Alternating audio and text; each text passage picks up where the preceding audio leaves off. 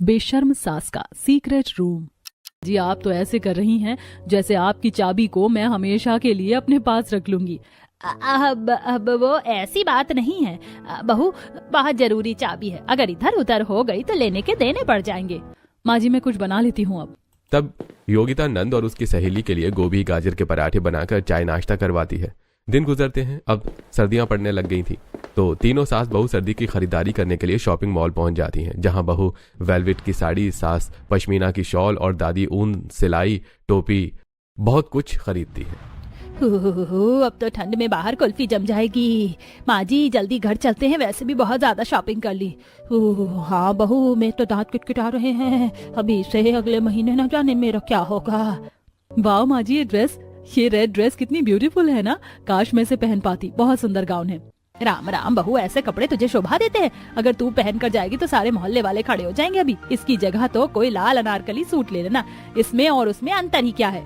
माँ जी आप इतनी संस्कारी हो, आपको इन सब कपड़ों में इमोशन समझ नहीं आएंगे, छोड़िए। तब वहां से वो लोग गाड़ी में बैठकर घर पहुंच जाते हैं। बहू सबको मेथी के पराठे, आम का अचार और आलू की गर्मा गर्म सब्जी बनाकर खिलाती है। रात 12:30 बजे तक सब सो जाते हैं, तब सुनहरी उठती है। ये सोच चुके हैं, अब मुझे अपने सीक्रेट रूम में जाना चाहिए। सुनहरी दबे पांव कमरे से बाहर निकलकर ऊपर के सीक्रेट रूम में आ जाती है, जिसकी लाइट जलती है। वहां मेकअप, ड्रेसिंग टेबल, सुंदर सुंदर ड्रेस, हाई हील्स, काफी चीजें होती हैं वहां। और बंद करके सुनहरी अपना गेटअप चेंज कर लेती है, मेकअप करके आईने में देखते हुए। ये हुई ना बात, दैट्स माय लुक।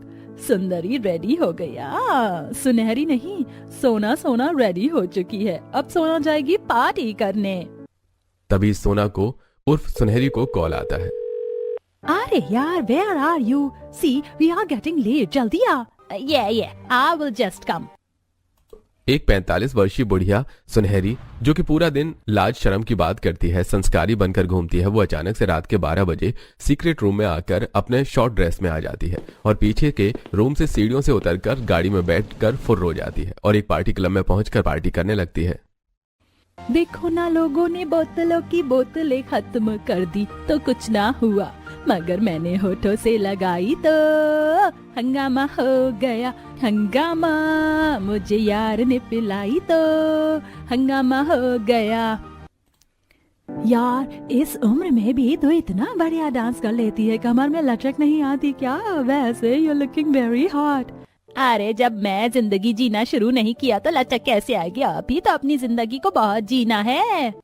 हाय तौबा होने लगी, मैं सुपर थोड़ी है डोबर, तेरा हुआ दिल मामा, आई गो टेमा, ओ मामा तेरे मामा। 1-2 घंटे तक पार्टी चलती है, तभी विवेक नाम का लड़के से सुनहरी टकरा जाती है। सुनहरी ने चश्मा लगाया होता है। Hey sweet heart, you are very beautiful, what's your name? Call me Sona. बहुत अंधेरा है, क्लियर फेस नहीं दिख रहा है। सोना जरा इधर तो आना। सुनहरी जैसे ही विवेक का हाथ पकड़कर थोड़ा रोशनी की तरफ जाती है, तब वो जल्दी से अपना हाथ झटककर वहां से चली जाती है। अरे सुनहरी आंटी रुकिए। मर गई, लगता है इस लड़के ने मुझे देख लिया, अब तो जाना गया। चंचल, आई हैव टू गो, मुझे जाना होगा। पर तू इतनी जल्दी में कहाँ जा रही है? आज तो फ्राइडे नाइट थी ना। अरे यार जान दे, वरना फ्राइडे नाइट की जगह मेरा सैटरडे मॉर्निंग हो जाएगा। सुनहरी अपना शॉल से कवर फेस करके जल्दी से कैब में बैठकर रात के 3 बजे घर पहुंच जाती है और सीक्रेट रूम से वापस अपने साड़ी के गेटअप में आकर सो जाती है। अगली सुबह सामने वाली घर बालकनी में विवेक ब्रश कर रहा था, तब उसकी नजर बालकनी में पौधों पर पानी दे रही सुनहरी पर जाती है। सुनहरी उसे देखकर अपनी आंखें चुराकर वहां से चली जाती है। अरे ये आंटी अभी ऐसे क्यों भाग गई? इसका मतलब रात को वही थी, लेकिन वो लाउंज में क्या करेंगी रात के 2:30 बजे? मम्मी से बात करता हूँ, मम्मी तो वैसे भी मोहल्ले की जासूस है।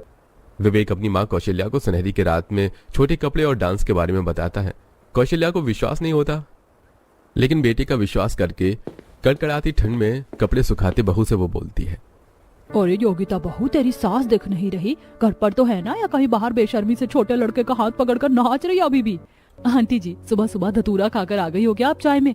आप क्या बोले जा रही हो? साफ साफ कहूँ तो मैं ये बोल रही हूँ कि तेरी सास कितनी बेशर्म है, आधी रात को मेरे बेटे का हाथ पकड़कर नाच रही थी। मुझे तो अपनी आंखों पर विश्वास नहीं होता। माँ जी, आपके बेटे का हाथ पकड़कर आधी रात को नाच रही थी? आपका दिमाग तो ठीक है? और आप इतनी रात को उस क्लब में क्या कर रही थी जो आपने अपनी आंखों से ये देखा? बोलिए। वो मेरा मतलब ये नहीं है, मैंने नहीं देखा, मेरा बेटा था, उसका हाथ पकड़ा, उसने ही मुझे ये बताया कि ये रात को वहां थी, वो भी छोटे कपड़ों में। अरे ओ कौशल्या, नाम कौशल्या तो कुछ भी बोलेगी और अपने बेटे को राम समझेगी। तेरा बेटा इतना ही राम है तो आधी रात को वहाँ क्या कर रहा था? कुछ भी बोलने से पहले 100 बार तो सोच ले। मेरी बहू इस उम्र में वहाँ क्या करेगी, इतनी संस्कारी है। वही तो, मेरी मम्मी को तो खुद छोटे कपड़े नहीं पसंद आंटी। लगता है आपने और आपके बेटे ने कोई सपना देख लिया है। दोबारा इस तरीके का कुछ बोलना हो तो ऐसा बोलिएगा कि हम विश्वास करें। आओ भाभी, दादी अंदर चलें। उफ, माँ दर्द हो रहा है, सर्दी में इतना तेज कान तो मत पकड़ो।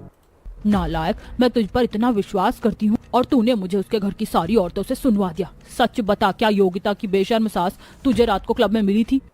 माँ, मैं तो कोई 25-30 साल की सुंदर सी लड़की समझ रहा था। अंधेरे से जैसे ही थोड़ी लाइट पड़ी तो मुझे उनकी ही शक्ल नजर आई और सुबह उन्होंने मुझसे नजरें भी नहीं मिलाई। तू चिंता मत कर बेटा, अगर ये बेशर्म सास है तो इसको तो मैं एक्सपोज करके ही रहूंगी। रात की ड्रिंक की वजह से सास को हैंगओवर होता है, तब कमरे में नाटक करते हुए, अरे बहू, मेरे सर में बहुत दर्द हो रहा है। मैंने उनकी सारी कलेश चिक चिक सुन ली थी जो ये मुझ पर इल्जाम लगा रहे थे। तुझे ऐसी नजर आती हूँ, घबराहट भी हो रही है। ऐसा कर नींबू पानी ला दे। माँ जी, हम सब जानते हैं कि आप कितनी सीधी और संस्कारी हैं, ऐसा कर ही नहीं सकती आप चिंता मत कीजिए, मैं आपके लिए अभी नींबू पानी ले आती हूँ। योगिता अपनी सास को नींबू पानी लाकर दे देती है, जिसे वो पी लेती है। अब सही है, मेरा सारा हैंगओवर उतर जाएगा। अच्छा हुआ किसी को मुझ पर शक नहीं हुआ। बहू तो ठीक तो है ना? हाँ माँ जी ठीक हो, सर्दी की वजह से सर पर हवा लग गई है, सर दर्द हो रहा था। सुबह पूजा जल्दी कर ली तो सोचा थोड़ा आराम कर लूं। ठीक है, तू आराम कर ले। सास सुनहरी को आराम करता हुआ छोड़कर चली जाती है। शनिवार की रात 10 बजे से ही सुनहरी के फोन पर बहुत मैसेजेस आ रहे थे। ओए तू कब आएगी? आज सैटरडे नाइट है ना, स्पेशल वाली। ओहो, ये कब से मुझे मैसेज करे जा रही है, मरवाएगी। अरे सुनहरी, तुम्हारे फोन से इतनी भी की आवाज क्यों आ रही है? कौन इतनी रात को तुम्हें मैसेज कर रहा है? मैं तो सो रही हूँ। ये लोन वाले भी ना कॉल नहीं उठाते तो इंश्योरेंस और इन सब चीजों के लिए मैसेज करने लगते हैं। वही हो रहा है, मैं अभी साइलेंट कर देती हूँ, आप सो जाइए।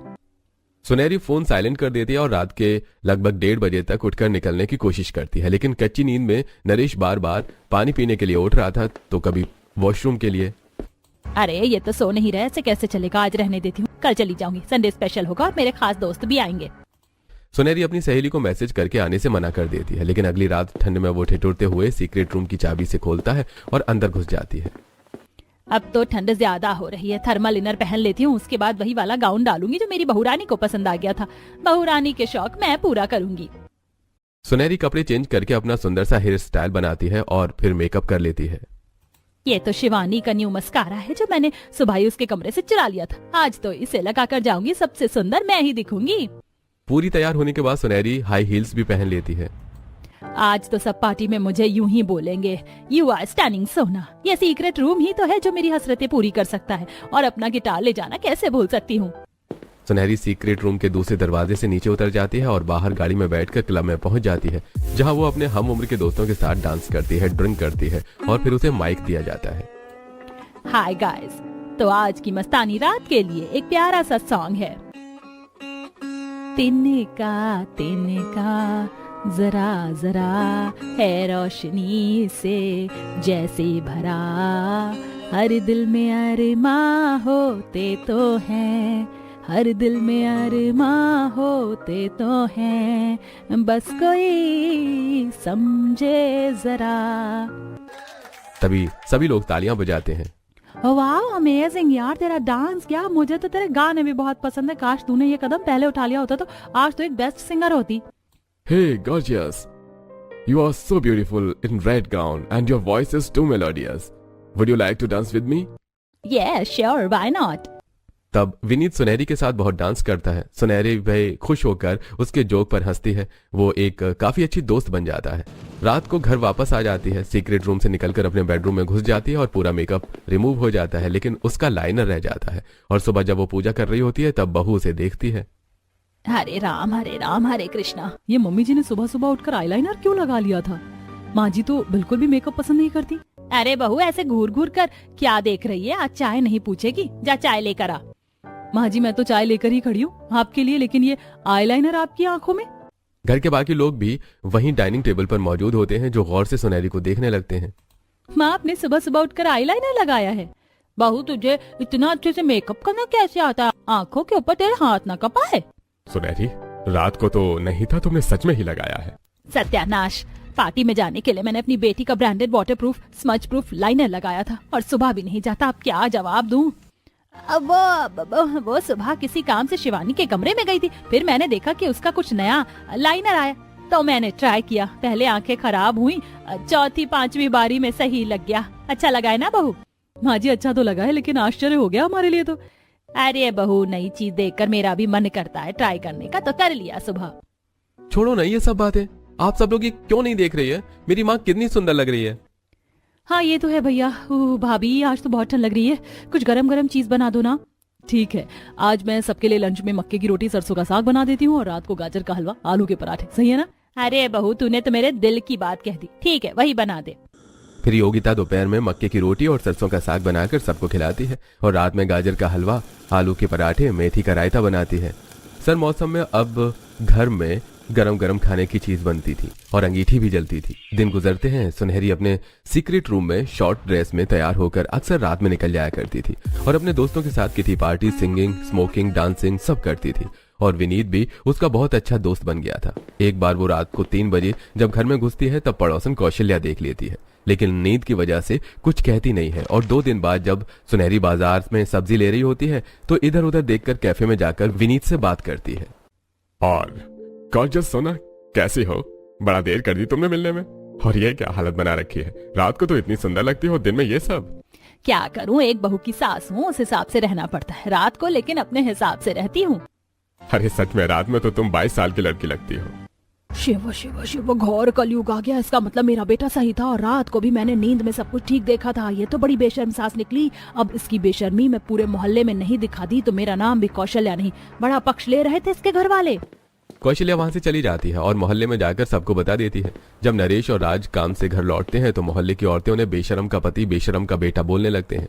वो जैसे ही दोनों घर में घुसते हैं तो 2-3 औरतें घर के बाहर जमा होकर बेशरम सास का नारा लगाने लगती हैं। तब योगिता बाहर आकर, निर्मला आंटी, कौशल्या आंटी, ये सब क्या लगा रखा है आपने? बंद कीजिए। अब क्यों बुरा लग रहा? जब तुम्हारी सास मॉडर्न कपड़े पहनकर बेशर्मों की तरह आधी रात में निकलती है और दिन में बेशर्म की तरह आदमी से बात करती है, तब तुम अपनी सास को कुछ क्यों नहीं कहती? क्या? नहीं, ऐसा नहीं हो सकता। आप लोगों ने पहले भी ऐसे घटिया इल्जाम लगाए हैं। आप लोगों को कोई काम नहीं है क्या? मेरा बेटा तो ये भी बता रहा था तुम्हारी माँ आधी रात में क्लब में और लाउंज जाती है। हमारे मोहल्ले में ये बेशर्मी नहीं चलेगी, नहीं चलेगी। क्यों भाई साहब? मेरी माँ ऐसी नहीं है, वो तो पूजा पाठ में विश्वास करती है और सुबह सुबह भजन करती है। आपने किसी और को देख लिया होगा। हाँ, मेरी बहू ऐसी नहीं है। दोबारा से आप सबने मेरी सास को बेशर्म बोला ना तो अच्छा नहीं होगा। मेरी वजह से मेरे घर वाले परेशान हो रहे हैं, मुझे सब कुछ संभालना होगा। तसल्ली हो गई ना तुम सब लोगों को?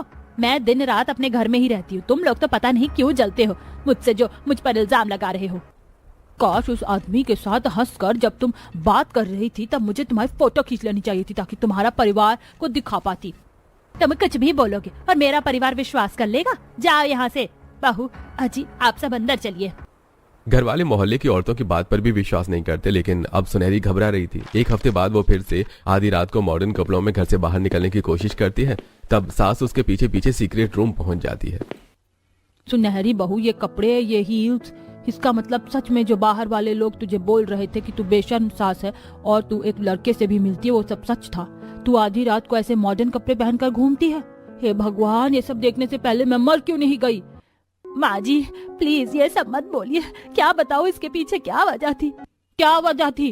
क्या मेरे बेटे ने तुझे खुश नहीं रखा? इतना बड़ा पूरा परिवार है और तू इस उम्र में निकल गई बेशर्म सास बनने के लिए। जब भी तू अपने सीक्रेट रूम में जाने नहीं देती थी ना, और इसकी चाबी कमर पर लगाकर घूमती थी। हाँ माँ जी, ये सीक्रेट रूम ही था जो मेरा हमदम था, जहाँ मुझे एक नई पहचान मिली। आपको क्या लगता है ये सब मैंने क्यों किया होगा? शादी से पहले भी मेरे कुछ सपने थे कि मैं घूमूं, वो जिंदगी जीऊं अपने दम पर। नौकरी लगी, छूट गई। शादी हुई, शादी कर ली, फिर बच्चे हो गए, इन्होंने भी कभी ध्यान नहीं दिया। बिजनेस में फिर मैं बस बच्चों कपड़े धोकर और टिफिन बनाती रह गई। फिर इन सब चीज के लिए मेरी फ्रेंड चंचल और सबने इंगेज किया। क्या मुझे अपनी जिंदगी जीने का कोई हक नहीं है? हमारी और जो लड़का उसने देखा था वो सिर्फ दोस्त है, मिलने आया था। मैं आपके बेटे से ही प्यार करती हूँ। और आप खुद सोचिए, इस उम्र में सिर्फ मैं अपने शौक पूरे कर रही हूँ, ना कि ये सब हरकतें। आप तो मुझे समझिए माँ जी। मुझे माफ कर दे बहू, मैं तुझे समझ नहीं पाई। मैंने भी तो शादी के बाद तुझ पर काम थोप दिया था और बच्चों की जिम्मेदारी, लेकिन चिंता मत कर, मैं तेरे साथ हूँ, जैसे जीना है। सच माँ जी, चलिए ना अभी, चलिए हम 2-3 घंटे में आ जाएंगे सबके उठने से पहले। ठीक है, उस दिन तूने ही लगाया था ना आईलाइनर, कितनी साफ झूठ बोल रही थी उस दिन। चल मेरा मेकअप कर। तब बेशरम सास अपनी सास को भी थोड़े मॉडर्न पर ठीक ठाक कपड़ों में तैयार कर देती है और शॉल ओढ़े चश्मा लगाकर वहां से बैठकर निकल जाती है, जहां सोमवती पहली बार ऐसा कुछ नजारा देखती है। कुछ लड़कियां शॉर्ट ड्रेस में नाच रही थी तो कुछ लड़के भी बदतमीजी करके ड्रिंक कर रहे थे, पर सुनहरी अपने दोस्तों को सोमवती से मिलवाती है। सोमवती भी खुश हो जाती है और सुनहरी गिटार लेकर गाना गाती है, जहाँ सब लोग उसके लिए ताली बजाते हैं। वाह बहू, तू तो सुरीली निकली, अपने जमाने में तो तू बहुत गाती होगी। लेकिन मौका कहाँ मिला, इसीलिए अब थोड़ा बहुत गा लेती हूँ, दिल को सुकून मिलता है। ये लीजिए जूस पी लीजिए। पता चला कहीं वोडका पी लो। अपने बेशर्मपन में शौक पूरा करने के लिए ये सब तो नहीं पिया। अरे माँ जी, मुझ पर थोड़ा तो भरोसा रखिए। कुछ दिनों तक ये सिलसिला ऐसे ही चलता है। बेफिक्र सोमवती अपनी बहू को बाहर भेज दिया करती थी, पर एक रात राज अपने दोस्तों के साथ पार्टी करता है। इस पार्टी में वो मॉडर्न कपड़ों में सुनहरी और सोमवती को देख लेता है। दोनों फटाफट से पार्टी मास्क पहन लेती हैं। माँ, दादी, आप लोग यहाँ? ये आप ही हो ना? अपना फेस दिखाओ। ओह हेलो मिस्टर, तुम्हारी दादी और माँ इस उम्र में नाइट क्लब आती हैं क्या? आंखें या बटन, इतनी खूबसूरत जवान औरत को तुम दादी बोल रहे हो? लाइन मारनी है तो ढंग से मारो। सैम, यू आजकल के बॉयज कितने बुद्धू हैं। घर जाकर चेक करता हूँ।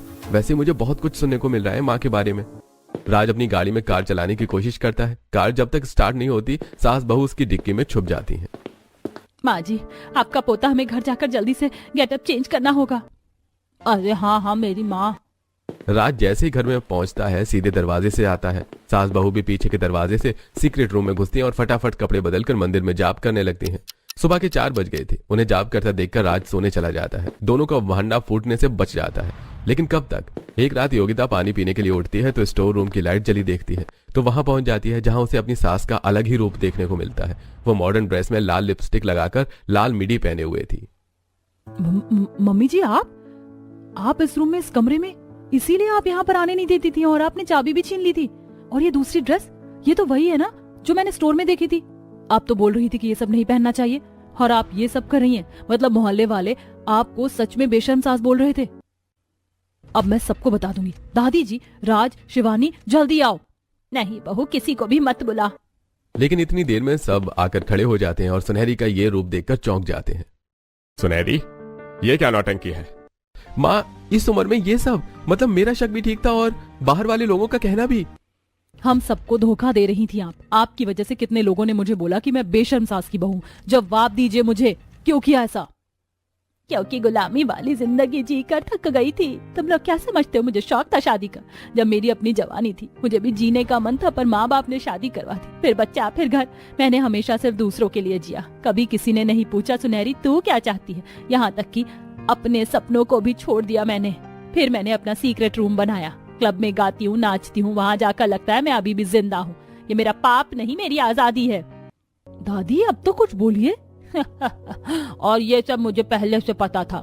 मैं ही तो हर रात दरवाजा खोलती थी इसके लिए। अरे भाई, मेरी बहू जीना चाहती है तो जीने दो। हमारी पीढ़ी तो जी नहीं पाई, कम से कम ये तो जी ले। मतलब दादी, आप भी उस दिन मम्मी के साथ क्लब में? अरे भाई, उम्र दिल की होती है, गिनती की नहीं। नरेश, तू भूल मत, तूने सुनहरी को अपना वक्त कभी नहीं दिया, काम के चलते, और ना ही उसे अपना कुछ करने दिया। आपने बिल्कुल ठीक कहा माँ, मुझसे गलती तो हुई है, मुझे माफ कर दो। सुनहरी, मेरे ही ऐसे कदम की वजह से सीक्रेट रूम से ऐसे तुम्हें जाना पड़ा। कोई बात नहीं जी, मेरी गलती है। मुझे इस उम्र में आकर ये सब नहीं करना चाहिए था। अब मैं नहीं जाऊंगी। सॉरी माँ जी, अगर मैंने आपको हर्ट कर दिया हो तो। इस तरह सब कुछ ठीक हो जाता है, लेकिन सुनहरी अपना शौक छोड़ देती है। पर 2 दिन बाद उसके सिंगिंग वायरल हो जाने की वजह से सिंगिंग ऑफर आते हैं, जिससे सुनहरी फाड़ रही होती है, पर नरेश मना कर देता है। उसके बाद सुनहरी गाना गाकर अपने पूरे सपने करती है और वो फेमस भी हो जाती है।